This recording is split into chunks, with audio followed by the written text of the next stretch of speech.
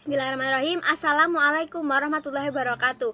Perkenalkan, saya Anissa Lutfianti, NIM 20313131021. Saya dari Prodi Pendidikan Islam Anak Usia Dini kelas 3A. Di sini saya akan mempresentasikan hasil simulasi yang saya lakukan, yaitu lembar kerja program stimulasi perkembangan sosial emosional anak usia dini. Latar belakang pemilihan objek simulasi, yaitu saya akan mensimulasi anak usia 4 tahun dengan permasalahan kurangnya rasa empati anak untuk berbagi dan menolong sesama teman. Program yang akan saya lakukan yaitu berupa stimulasi untuk menguji kurangnya rasa empati anak untuk menolong sesama teman. Karena anak mempunyai permasalahan tersebut, saya akan menguji berupa memberikan stimulasi-stimulasi yang bisa menggerakkan hatinya untuk lebih menambahkan rasa empatinya untuk menolong dan berbagi kepada teman. Mengapa saya memilih program tersebut? Alasan saya memilih program ini yaitu karena anak mempunyai masalah yang tidak sesuai dengan sewajarnya anak di usia tersebut. Anak usia 4 tahun itu seharusnya sudah bisa tergerak hati dan empatinya untuk berbagi dan menolong sesama teman. Tetapi dalam kasus ini, anak yang saya observasi belum memiliki rasa tersebut. Itulah sebab mengapa saya memilih program simulasi ini. Tahapan proses pelaksanaan program simulasi, saya memiliki 3 tahapan, yaitu tahapan stimulasi yang pertama, saya akan menguji dengan permasalahan kurangnya empati anak untuk berbagi sesama teman. Stimulasi yang kedua, saya juga menggunakan permasalahan kurangnya rasa empati anak untuk berbagi sesama teman. Dan stimulasi yang ketiga, saya akan menguji kurangnya empati anak untuk menolong sesama teman. Stimulasi yang pertama, dengan permasalahan kurangnya empati anak untuk berbagi sesama teman, metode tindakan saya menggunakan metode bercerita. Kondisi awal anak tersebut yaitu anak masih sama sekali tidak mau berbagi dengan teman. Tahapan proses pelaksanaan simulasi yaitu saya akan membawakan sebuah cerita sederhana, yaitu cerita semut, karena cerita semut di sini terkenal dengan selalu berbagi dan tolong menolong kepada teman.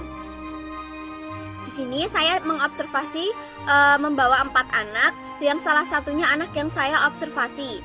Setelah saya selesai bercerita dan memaparkan cerita tersebut, awalnya saya hanya membagi 2 makanan saja, yang salah satunya saya berikan ke anak yang akan saya observasi. Tujuan di sini saya akan menguji rasa empatinya, apakah anak tersebut akan membagikan makanan yang ia dapatkan kepada teman yang lain. Ternyata setelah saya menggabung-gabungkan keadaan dengan cerita yang saya paparkan tadi, anak yang saya observasi sudah tergerak hatinya walaupun sedikit.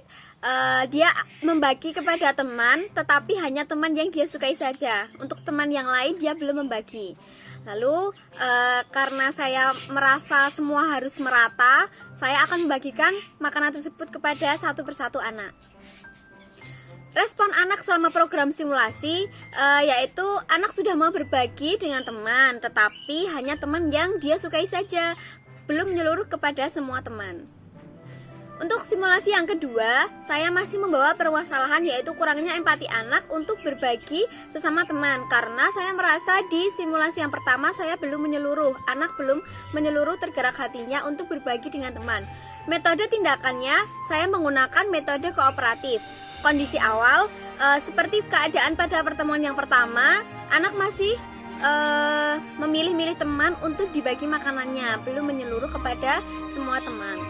Tahapan proses pelaksanaan simulasi yaitu saya membawa 2 anak, yang salah satunya anak yang saya observasi. Kali ini saya akan membawakan sebuah permainan berupa permainan kognitif menupak huruf. Peraturannya, dengan permainan ini siapa yang lebih awal menyelesaikan dia akan menang. Sesuai dengan keadaan, ternyata anak yang saya observasi kalah dan dia tidak mendapatkan hadiah. Dan anak yang satunya dia menang dan saya beri hadiah. Dengan keadaan tersebut, anak yang saya observasi, dia merasa dia tidak mendapatkan hadiah. Dan teman yang lain ternyata membagikan hadiah tersebut kepada anak yang saya observasi.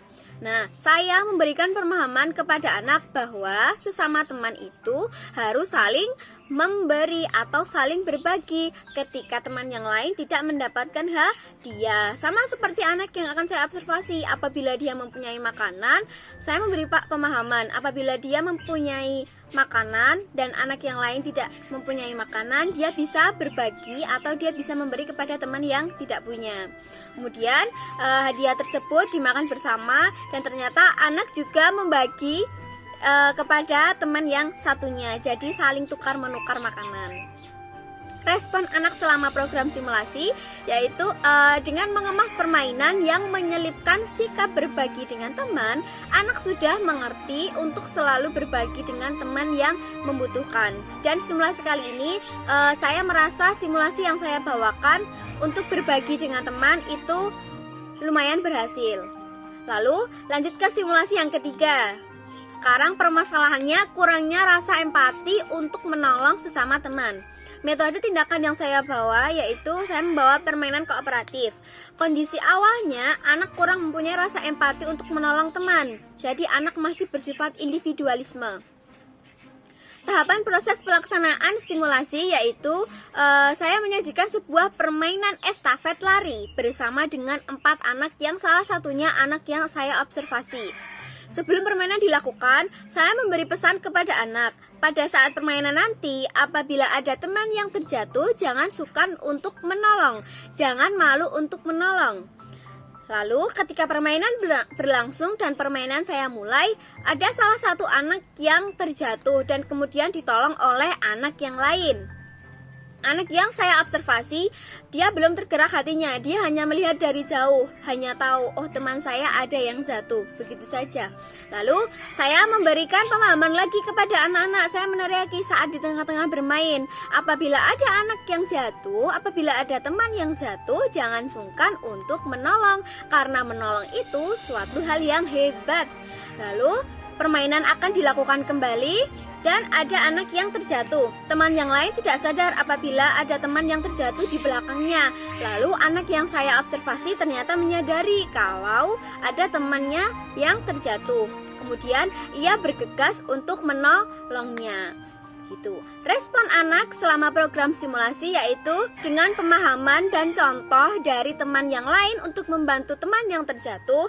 Anak yang akan saya observasi dia mulai tergerak hatinya untuk menolong teman yang terjatuh kedua kalinya.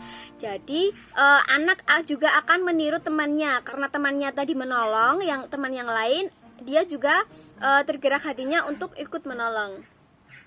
Hal baru apa yang saya dapat? Dengan program simulasi yang saya lakukan ini, hal baru yang saya dapat yaitu ternyata anak akan lebih merasa tergerak hatinya apabila dibandingkan dengan teman yang lain terlebih dahulu. Karena pada periode ini anak masih berada dalam fase egosentrisme. Jadi harus dibandingkan dengan teman yang lain dulu, lalu hati anak baru akan bergerak untuk menolong dan mengikuti dengan temannya. Sekian presentasi yang saya bawakan. Apabila ada kesalahan atau salah kata, saya mohon maaf. Terima kasih. Wassalamualaikum warahmatullahi wabarakatuh.